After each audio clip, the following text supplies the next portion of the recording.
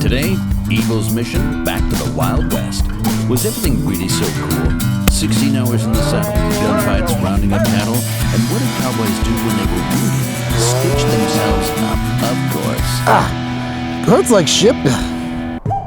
New Mexico, USA. Cowboy land. Home of Billy the Kid and Pat Garrett. But was the cowboy era really that cool back then? Or was it tough and evil?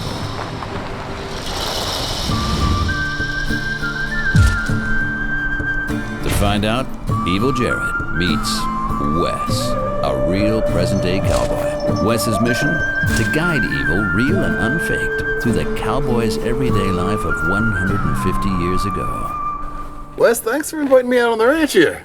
I had kind of a rednecky upbringing, but I've never really done any cowboy stuff. But the movies I've seen, like Unforgiven and El Dorado and Back to the Future Part 3, it looks like a lot of fun. I mean, except for all the broke backing. Well, I don't know about fun. It's a lot of hard work. Late nights and early mornings, lots of heat, not a lot of water. And I'll tell you, you'll be dirtier than you've ever been in your life at the end of the day. For the next 3 days, Evil will live just like the cowboys of yesteryear. That means riding for hours in heat-topping 40 degrees Celsius, driving stubborn cattle, and wrangling wild young bulls. He will be fending for himself in the wilderness and spend his nights in the open, despite rattlesnakes and whatever else is running around out there. And he'll check out what it's like for a cowboy to operate on himself, for lack of any medical attention. Who do we have here? This is Cloud. Hello, Cloud. Cloud fairly well behaved? Yeah, he's a pretty good horse. You know, I went to riding camp when I was like 10, but in the past 30 years, not so many. Well, then this horse is the perfect one for you, because he's a good boy. All right, good. All right. So, Cloud, you look here. You be good to me. I'll be good to you. You don't screw with me, and I won't have to kick you in the flank.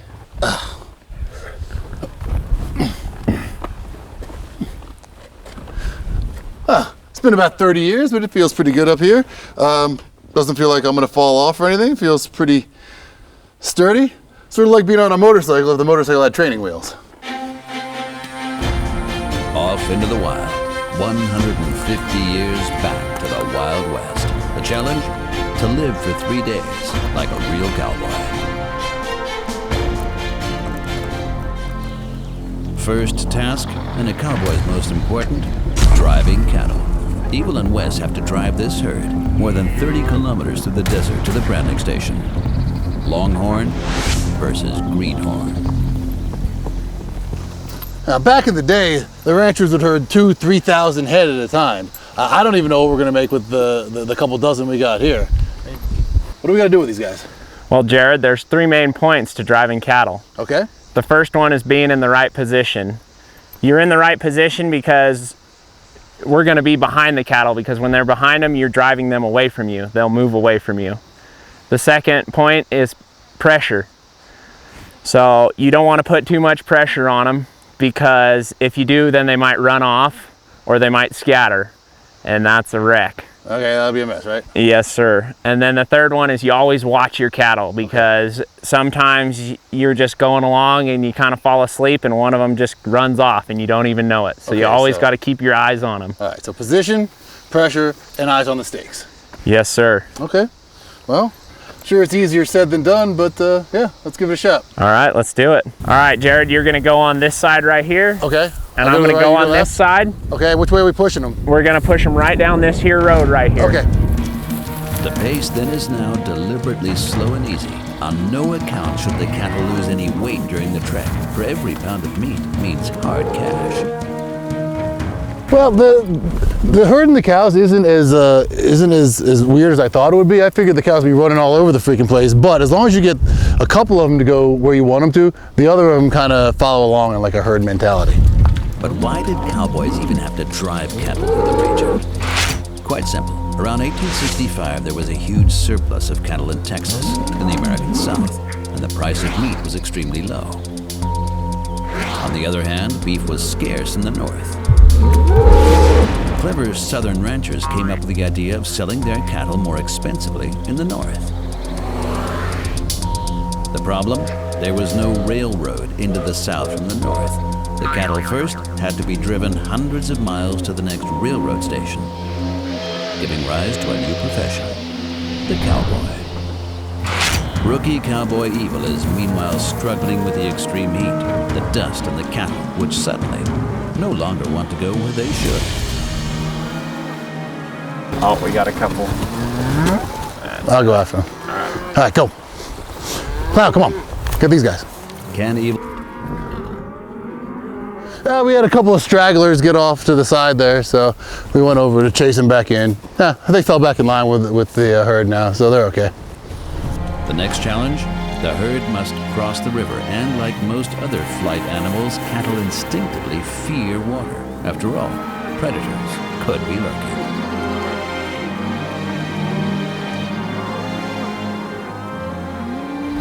Now push on them a little bit.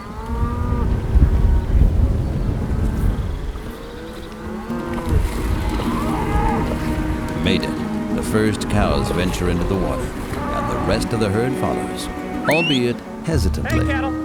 Hey.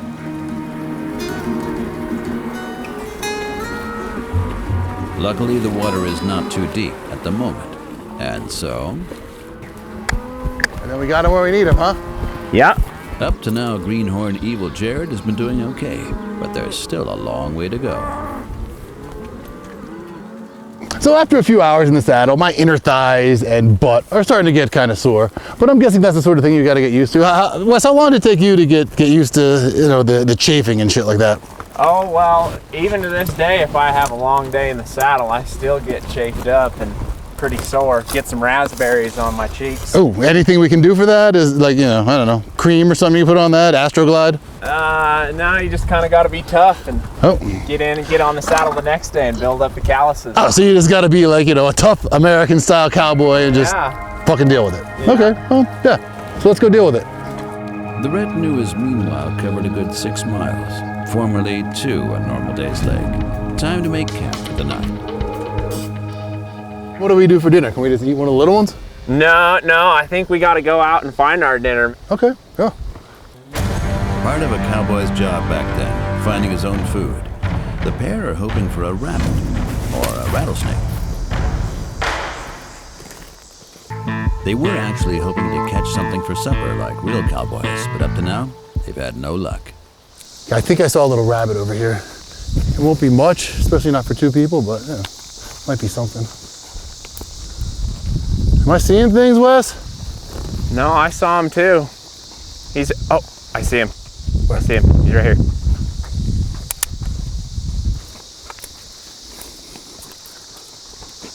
See him?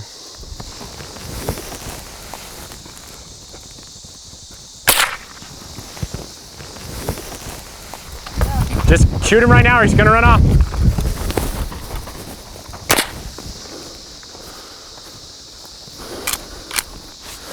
Yeah. It ain't much, but I guess it'll have to do. Hey, something's better than nothing, right? That's right. They need a campfire. That serves not only for cooking and a source of warmth, but also scares off unwanted visitors, from mosquitoes to pumas, which are still to be found in the region. It's probably good.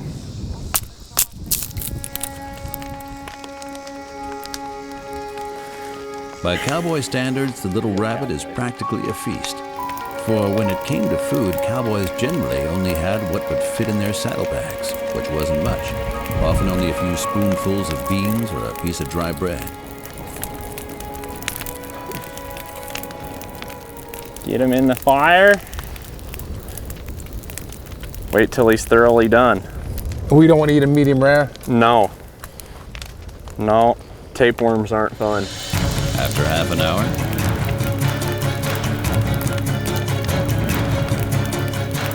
Oh! Grab it, Jared. Yeah. Ooh. Hot potato. Ooh, Nelly. Okay, here we go. Smells like food. even if the rabbit looks badly charred. And so we just dig right in, right? Yeah, take your bite. And how does it taste? Oh, it's not inedible.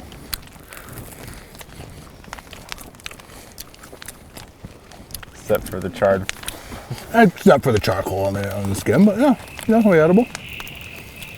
Back then, there was mainly smoked or dried meat, since it kept longer. I'll tell you what, it's a lot better tasting than I thought it would be. You know, for something we just shot in the bud out in the field. Mm-hmm. Oh, I'm full, man. Thank you, though. We got a belly full of rabbit meat. Time to hit the hay. All right. And indeed, just like the Cowboys of 150 years ago. All right, and how is a cowboy bed set up? All right, so we just take this saddle, we set it down right here. Mm-hmm. This pad, we'll set the pad down right here. We take our saddle, kind of move everything out of the way, and set that down right there, just like that. A bed made up from the sweaty saddle blanket. It doesn't look exactly comfortable. There you go. Pillar. All right. It's nicer than the bed at the Hyatt Regency. I tell you now, 5-star. Apart from the fact that the semi-desert of New Mexico is also home to some rather nasty and unpleasant creatures like snakes and scorpions. So here's the thing about rattlesnakes. They will go out of their way to avoid humans. The last thing they want to do is have a confrontation with a human. So the chances that someone's gonna slide up here and give us a problem are relatively slim. So I don't think I'm gonna have any problem sleeping for worry of rattlesnakes. Let's hope that evil is not mistaken.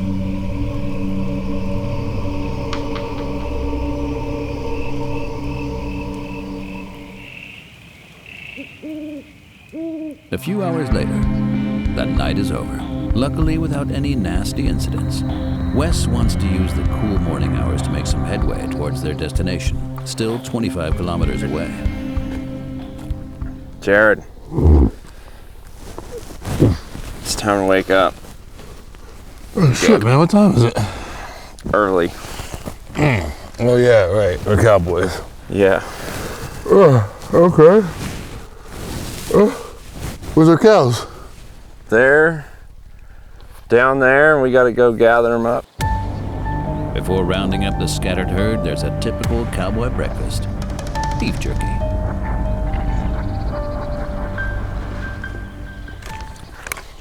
Even though the mattress was less comfortable than a Tempur-Pedic, I slept pretty well. I was actually pretty exhausted. That sitting on the back of a horse and doing nothing, letting the horse do all the work, is more exhausting than you would think. And because it was so much fun, off they go again.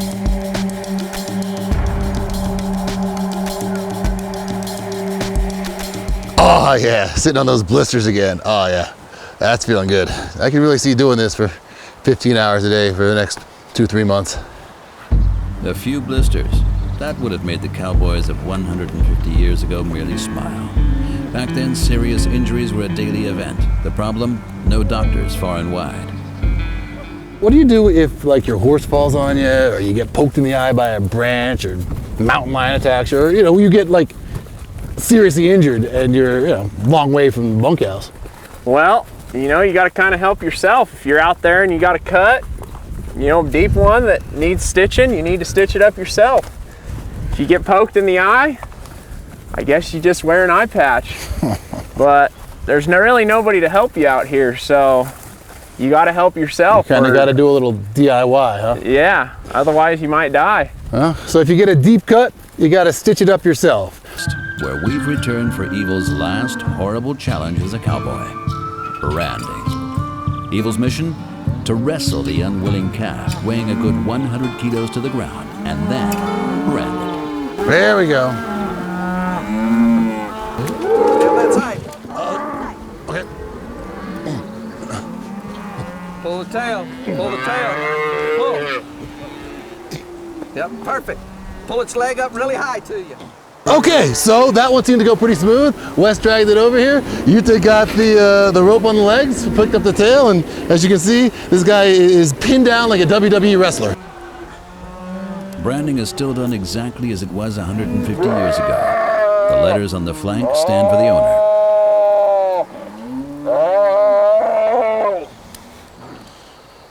Jared, you have to move further back toward its head so I can put this on its shoulder. Okay. Put this knee on its neck. Pull its leg up to you. Now move your arm so I don't get you. Okay. Very martial, but somehow the cattle have to be marked. Although in the age of microchips, this is a matter of heated debate. And for this small bull, it gets even worse. This one is a boy cow. It gets castrated. Oh, good times. Painful for the calf, but necessary, as several steers in one herd would lead to constant fighting. This will be Jared's lunch. Evil doesn't know it yet, but that was no joke. Bull testicles are the oysters of New Mexico. The life of a real cowboy is pretty rough. Not as rough, however, as the life of a cow. Well, Jared, we're through. The only thing left is your supper, and we have your My supper supper? ready. Grilled bull balls, very hot and rich in protein. It's very hot. There's the cooked part, though. That's the cook part. Okay, yeah, you know this is just like a science magazine show, right? Like, Yes. I'm a celebrity here, not get me out of here. Yeah, see? And then here's Wes's.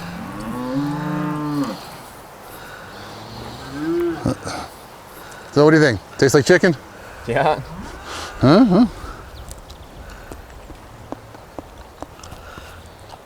Now you can say you've had Rocky Mountain oysters. Tastes better than the rabbit. No? I will give you that. We got to shoot our own dinner. We got to brand some cows, and we got to eat some free steak. I think that was a pretty successful trip. I'd like to thank you for having me out here on the ranch. No problem. You didn't do too bad for being a greenhorn. Greenhorn, what is that, like American for gringo? It just means you're new to the game. Oh, well, maybe I'll come back and you can teach me a little bit more. All right, sounds like a plan.